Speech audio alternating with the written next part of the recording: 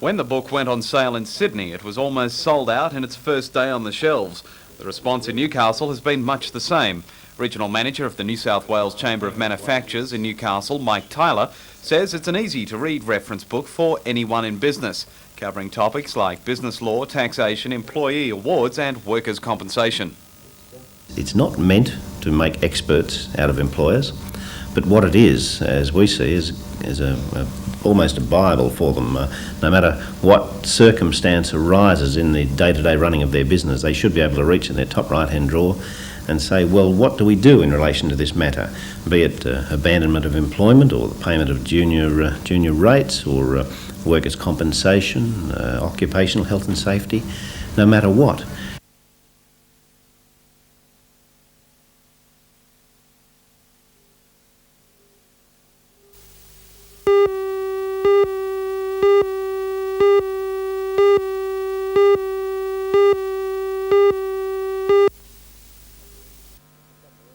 The Submarine contract is going to be one of the major defence contracts awarded over the next 10 years. I believe that Newcastle is the appropriate location for the major elements of construction of those submarines. We have in Newcastle the centre of heavy engineering in Australia. We have the expertise, we have the skilled labour force, and New South Wales has been prepared to put together a very attractive package of incentives for the bidders for that contract. Mike Tyler, chairman of the Newcastle Submarine Project Support Group, has welcomed Barry Unsworth's comments, saying it will dispel any fears the new Premier isn't behind Newcastle's efforts to win the contract. We've had every indication, both from local politicians and from Laurie Burton particularly, that Mr Unsworth would be just as committed to Newcastle as far as this project is concerned as was Neville Wran. And certainly it would appear that the sort of thing he's now saying to the Prime Minister gives us every reason to be to believe and be confident that that's just the case.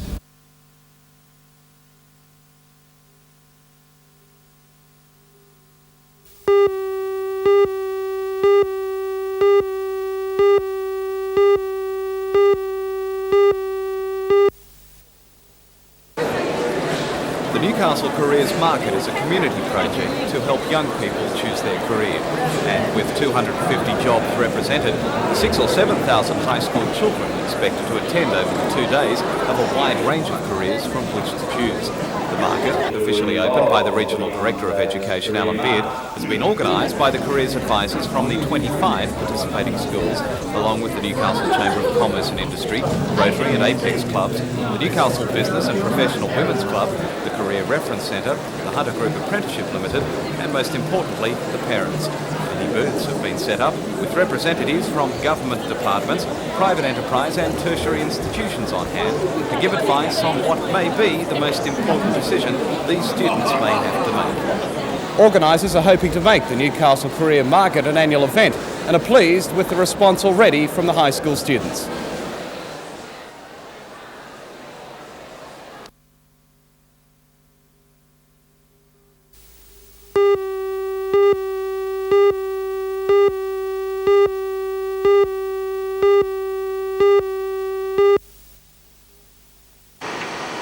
The Port Strategy Plan was released last week and outlines proposals for the proper development of the port going into the 21st century. The discussion paper is open to public comment until the 20th of August. Port Manager Brian Ramage says with the port developing an overcapacity of coal loading facilities in recent years, general cargo facilities have been neglected. At this stage, coal loading capacity we're in an overcapacity situation, 43 million tonnes capacity. We're only working 28 million tonnes. General cargo has developed very, very strongly in the Port of Newcastle, but unfortunately the facilities that are being used, especially at Lee Wharf, are facilities which belong to a bygone era. They're totally unsuitable for container transshipment.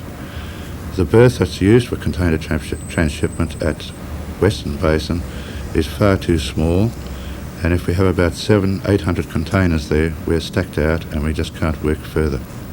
The development plan makes provision for increased coal movements through the port going into the 21st century. But as Captain Ramage stresses, wheat and general cargo movements will also play a vital part in the economy and future of the Port of Newcastle. The Hunter Valley is uniquely situated because of the abundance of electric power here. An example of growth potential is the aluminium industry, which arrived here and developed with the access to electric power. Alumina and petroleum coke are coming in as raw feedstock, and the product that's going out into the international marketplace is finished aluminium. And with the finished aluminium being shipped out of Newcastle, the response to general cargo ships and container ships and ro-ro ships wanting to come in here and trade with Newcastle is very, very strong. Great. What is that?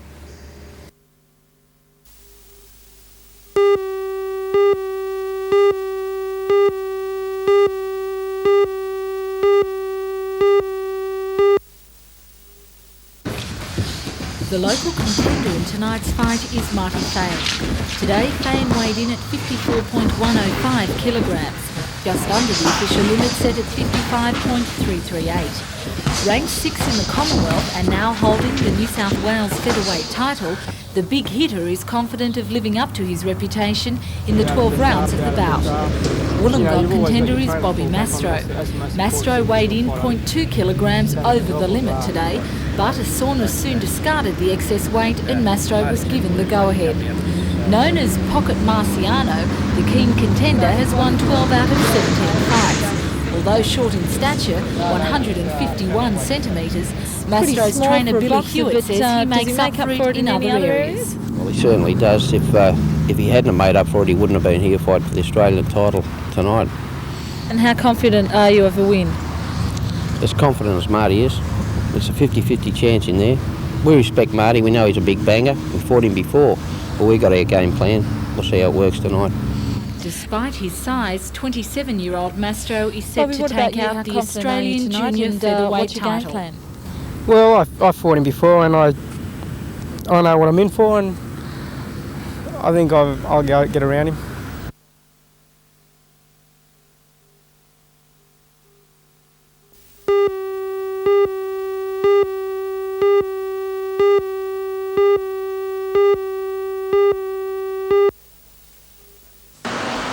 Random breath testing was introduced into New South Wales in December 1982. At the time, there was a flurry of advertising warning of the tough new penalties for drink drivers. The report by Macquarie University, released today, says the concept relies on a high profile in peak traffic times for success, not a sustained media campaign. It says police should be out in bad weather and spend less time consumed by paperwork. It also comes up with some revealing statistics. 98% of all convicted drink driving offenders are men. Young men are the group most deterred by the sight of random breath test units. And once bitten, twice shy. Convicted drivers cite fear as the reason for not drink driving again and for changing their transport arrangements. Again, it's the visibility and the expectation of being pulled up. What's interesting also is that you needn't be pulled up yourself, but if a friend has been pulled up or a friend has been convicted, it becomes the topic of conversation, and that also increases the expectation of being caught and helps change and break that habit of drinking and driving. Sergeant Terry Devonshire from Newcastle Highway Patrol says there's already been an increase in testing yes, locally. Certainly. We realise the potential accident problem associated with bad weather, and we do intend to have a high profile of police on the road where people can see them. Are police being overrun by paperwork as well? Well, we do have a certain degree of problems with paperwork because in our modern day police force, paperwork is an ever-increasing problem and it is time-consuming.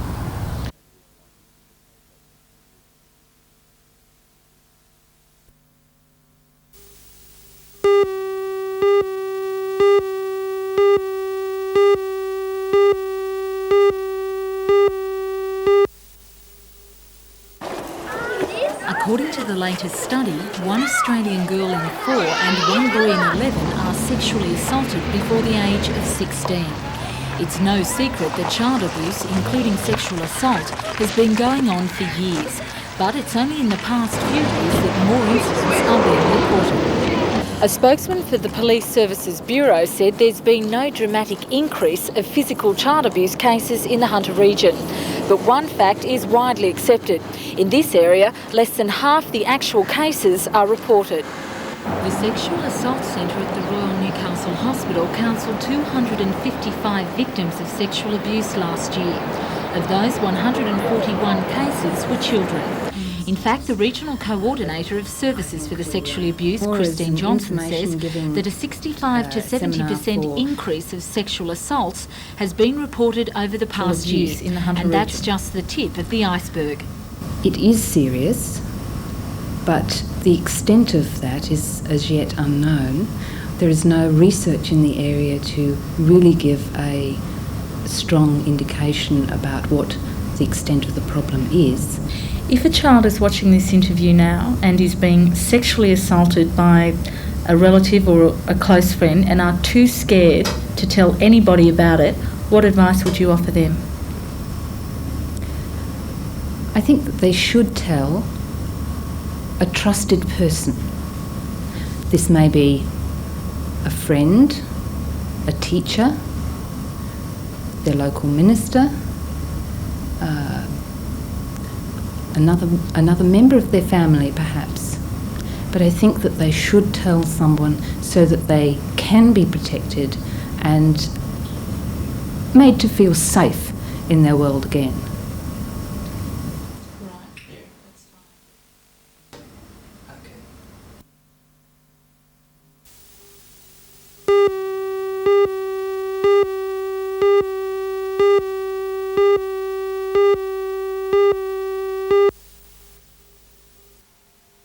This time last year, much of the arable country around Merriwa would have been starting to green up with the fresh growth of new wheat tillers. At the moment, however, there are a few paddocks showing the signs of having been sown. Official projections put this summer's harvest at only 15,000 tonnes, compared to last season's 45,000 tonnes, and it's expected that the value of the crop will probably be only a quarter of last year's, due to the shaky economics of the industry. Merriwa Silo Committee Chairman Eric Mulholland has not sown this year for only the second time in his farming life. The drop in world value of wheat has dropped back to about $85 a tonne, so it's not very economical at that. And we've had a very dry late summer and autumn. The ground hasn't been very well prepared, and being so late in the season, we don't stand the chance of getting a very good crop or any crop at all. Eric says the decision of the United States to subsidise the sale of their stockpile of wheat to the Soviet Union and China made the decision easier, although Merriwa's own two-year-old dump of some 45,000 tonnes of wheat was warning enough. As American wheat moves into our overseas markets, Merriwa's stockpile is also slowly dwindling, and it's been the local farmers' experience with it that has softened the blow of the American infiltration of our markets. We're rather disappointed, but we're a bit envious of the American farmers where the government's looking after them so well. It'd be a big burden, though, for the Australian government to look after our industry, do you think? Oh, well, yes, we realise that would be impossible. But we're still envious of their $70 a tonne that the grower receives subsidy over there, which is equal to about our net return here.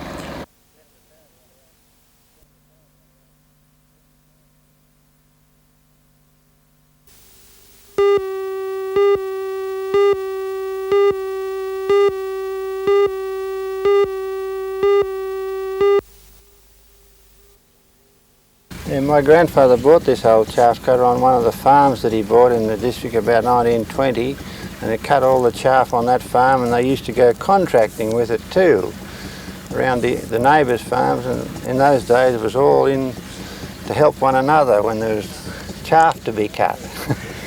And if you're of the older generation and remember that handsome chaff cutter, maybe you'd recall many of the other pieces of machinery on Jeff Wolfgang's property mainland between Denman and Jerry's Plains. You'd have to have a pretty good memory, however, as over the last 20 years this Hunter Valley stepco has amassed thousands of bits of machinery in a variety of rusty hues. There's this Farmall H tractor and clod crusher, originally imported from England. And also from the mother country, this William Foster portable steam engine, once owned by a Chinese market gardener in Scone. The list goes on and on. More than 35 tractors, 40 old cars, 120 stationary engines and over 2,000 pieces of small machinery. Jeff is the secretary of the Hunter Valley Vintage Farm Machinery Club, which has 30 other members, who between them have almost as much machinery as him. The group is an enthusiastic one, but they need a lot of support to find a permanent resting place for these reminders of our pioneering past. A permanent site would be the best thing. Then we could put on displays when we wanted to put them on and invite the public along. And that way we could bring all our gear together. As it is now, it's spread from Corindai down to Newcastle, down to Carlo Heights sort of thing, and there's a lot of gear here, but it belongs to one person. And it's very hard to all get together at one time and really show off all our gear.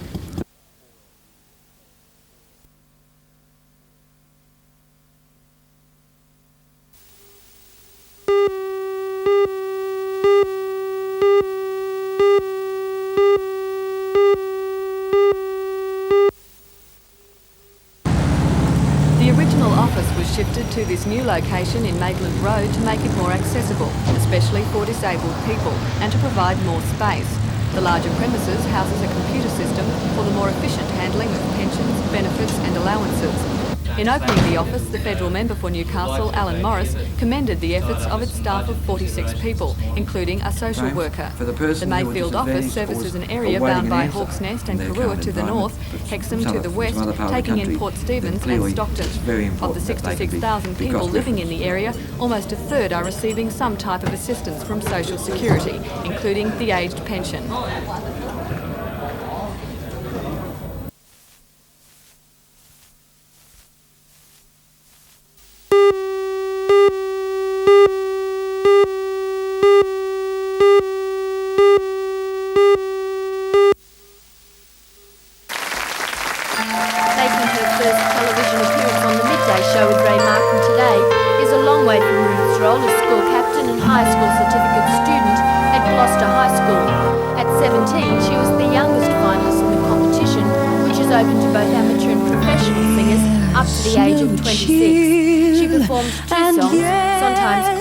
Send in the Clowns, and this number, The Way He Makes Me Feel. No flame, and yet I burn. I'm not sure what I'm afraid In accepting her prize, which includes a recording contract and a number of television engagements, Ruth explained that she took up singing because there was little else to do in Gloucester. She attributes her success to John Gray, her singing coach and school music teacher. Thunder, and I'm breathless. Why wonder? Weak one moment.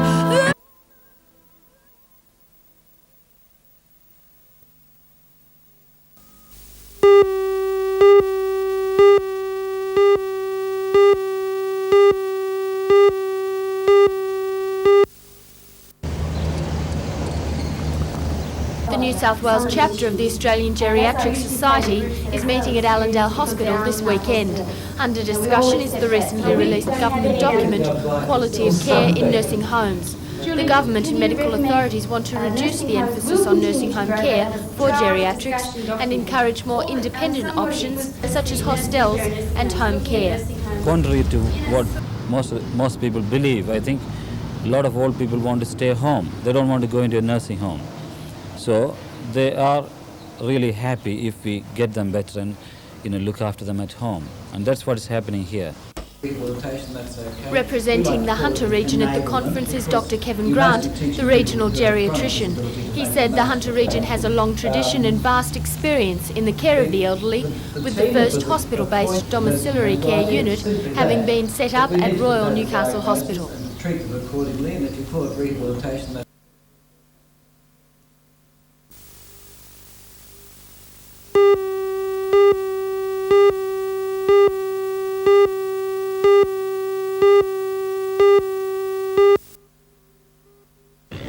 Flying model aeroplanes is a popular recreation in New South Wales. There are more than 100 registered clubs which exist for days like this one.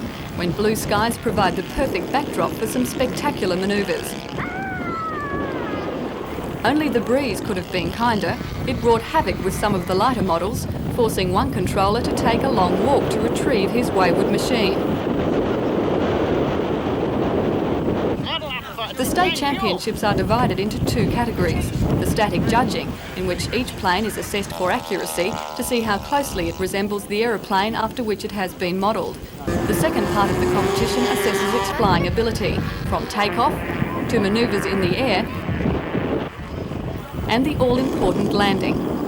Each contestant was today awarded a number of points for their efforts. These will be used when it's time to select a team to represent Australia in the World Championships.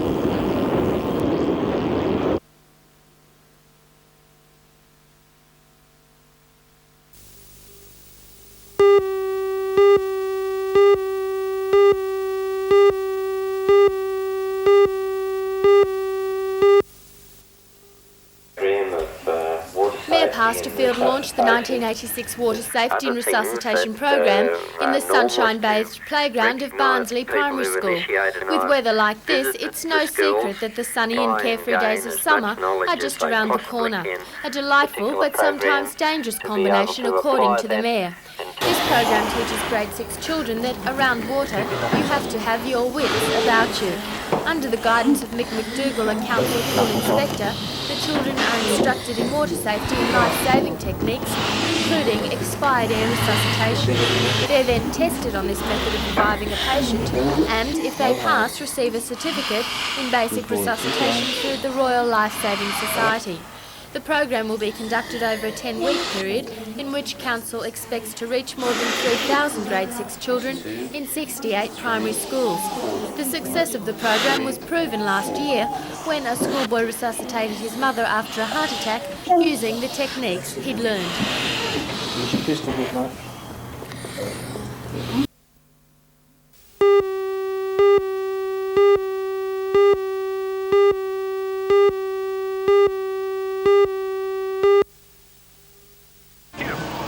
I'm Janelle Provost. The Wyong Shire Council is offering the small shopkeepers of the area, who are competing with the larger shopping complexes, an opportunity to help them help themselves. The idea is to introduce a town improvement special rate, which will plough money back into the declining areas and make them a more attractive place to shop. Join Anna Manzoni and John Church for all the news tonight at 6.